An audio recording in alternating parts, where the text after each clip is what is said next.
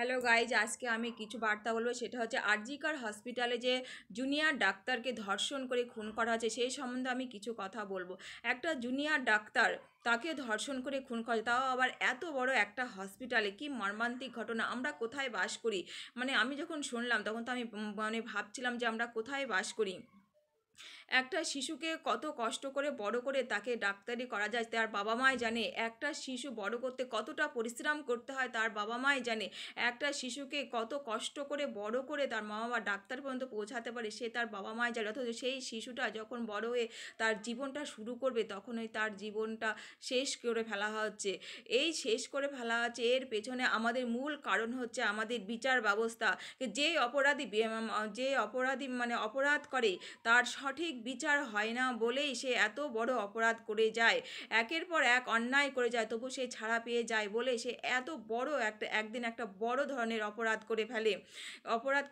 আজ বিচার ব্যবস্থা যদি সঠিক হতো, প্রথম অবস্থাতেই যদি যে কোনো অপরাধ করে তাকে যদি কঠিন শাস্তি দেওয়া হয়, তবে সে আর দ্বিতীয়বার অপরাধ করতে সাহসই পায় না। কিন্তু সঠিক বিচার হয় না বলেই অপরাধী একের পর এক অন্যায় করে যায়, তার কোনো শাস্তি হয় না বলে সে বুক ফুলিয়ে ঘুরে বেড়ায় এবং এত বড় ধরনের একটা অপরাধ করে ফেলে।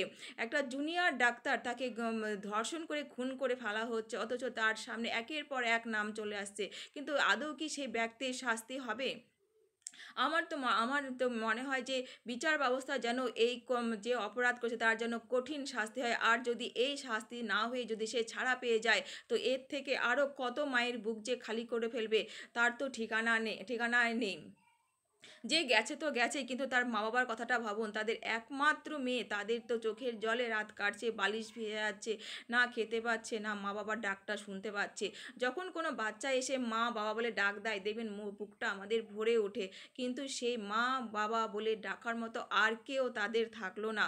কি কঠিন অবস্থা, বুকে পাথর চাপা দিয়ে তারা রয়েছে। আমাদের মাননীয় মুখ্যমন্ত্রী কন্যাশ্রী থেকে লক্ষ্মী ভাণ্ডার কত প্রকল্পই না তিনি চালু করেছেন। আমাদের প্রধানমন্ত্রী বলেছেন বেটি বাঁচাও বেটি পড়াও, কিন্তু কি হবে এসব করে? সবই তো জলে চলে যাচ্ছে। দেখুন, বেটিরা ছোট থেকেই একদম লালসার শিকার হয়ে যাচ্ছে। আমি বলতে চাই যে বিচার ব্যবস্থাটা সঠিক হলে এরকম অপরাধ মনে হয় আর কেউ করার সাহস পাবো না।